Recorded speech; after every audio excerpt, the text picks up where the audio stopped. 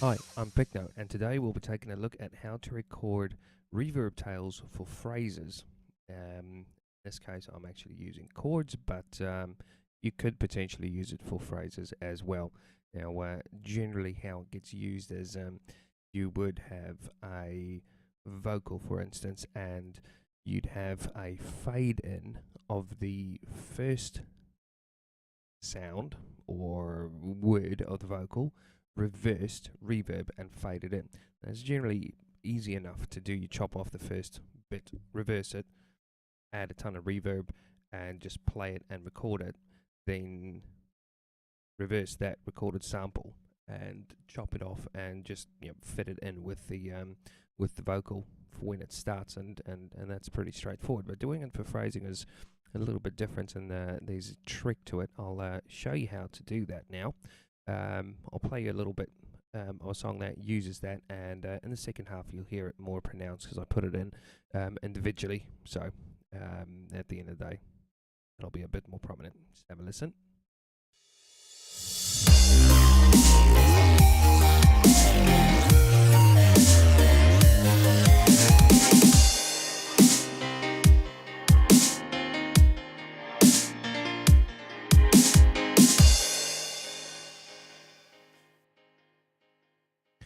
As you can hear, it's not a massive thing. It's not huge ruckus noise, and it's not the focus of the track or the sound of the track per se. But it adds a little bit extra, something nice that that can just lift some of the quiet parts if required. So by itself.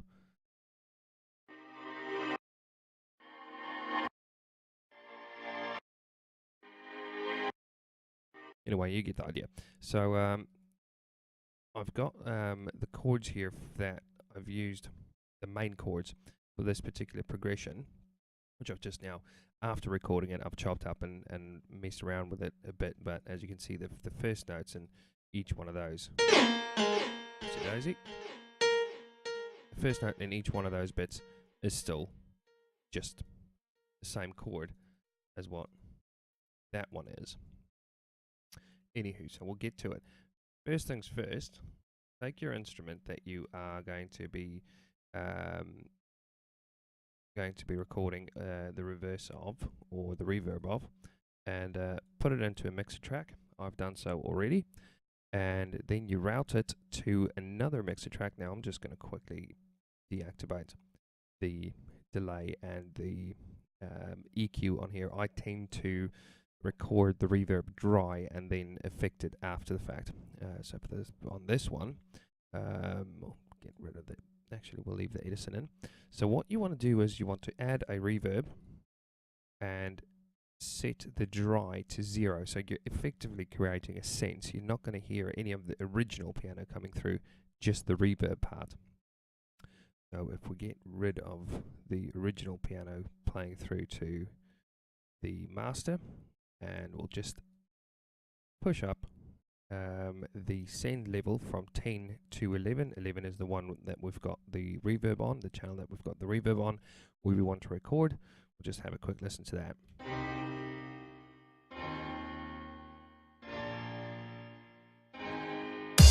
Right, so that's the bits that we obviously want to hear. So what we do now, and this is the big trick, is select all your notes, hit Alt-Y, that flips them around. So now you're playing your phrase backwards. Make sure it's horizontal flip and preserve start times, accept.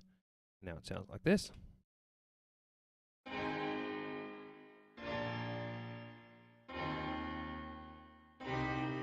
So you can play that back with the with the 10 out to the master, or in this case, just where the piano goes in, sending it out to 11, play it out via the master, but there's no point really. Just sounds like normal piano with delay on it. Sorry, a reverb on it. So what we'll do is go to the reverb channel. Now it's imperative that you select the area that you want to record, add an Edison after the reverb. I've added a compressor just to boost the level of the piano going into the reverb, so it's a little bit more pronounced. And then what you want to do is you select on play, record, make sure you're at the start of the little bit you want to record, and hit play.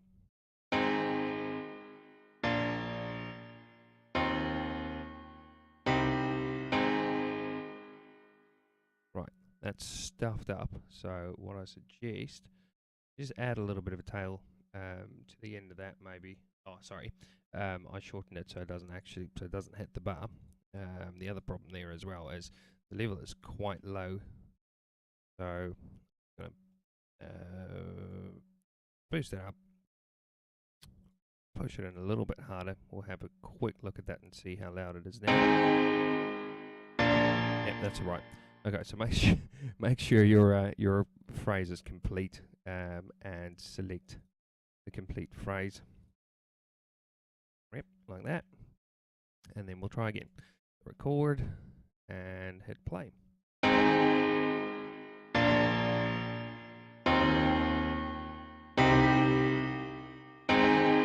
The reason you're doing it with the full phrase selected is and doing on play is so it records loop points automatically.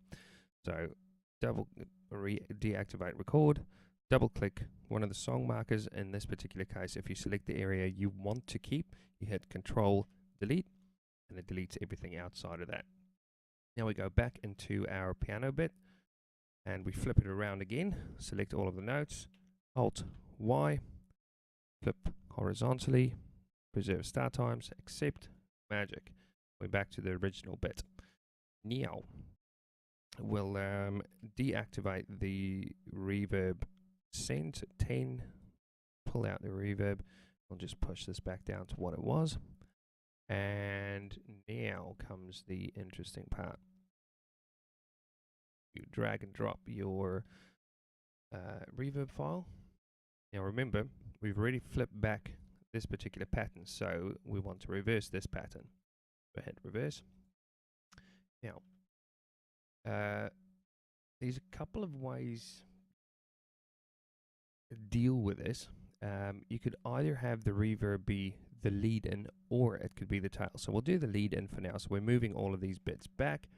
And what I tend to do is take, because you can kind of see the volume peak is round about there. So I take the whole thing and I move it 1 bar, sometimes more. It depends on the actual reverb itself. But 1 bar generally does the trick. Actually, we'll do 2 bars. And we'll do 1 bar. And we'll chop it off. That just a quick and dirty manual chop. And yes, this could get very, very hectic if you're doing it for a intricate phrase. Could be worse. Could be doing each note individually. And then you should end up with something like this.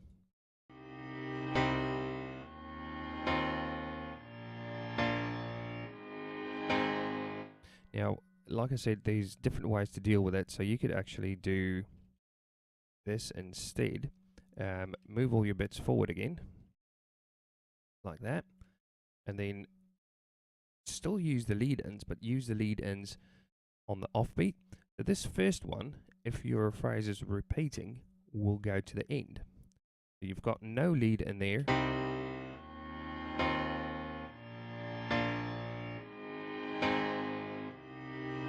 And then when you loop around again, you've got a lead in. Obviously, this is a very basic example of how to do that, but hopefully it's helpful, and it makes your reverse sound recordings a little bit easier. It's a nifty little trick that can just add a little bit of extra interest to your track. Naturally, this can be used for a whole bunch of other things. Again, like I say, in this case, chords, vocals, doing interesting things like that. Lead sounds, you could even do it with basses. I've had some really interesting effects with neuro basses and gnarly dubstep basses, so definitely experiment. I hope that's been helpful, and see you in the next video.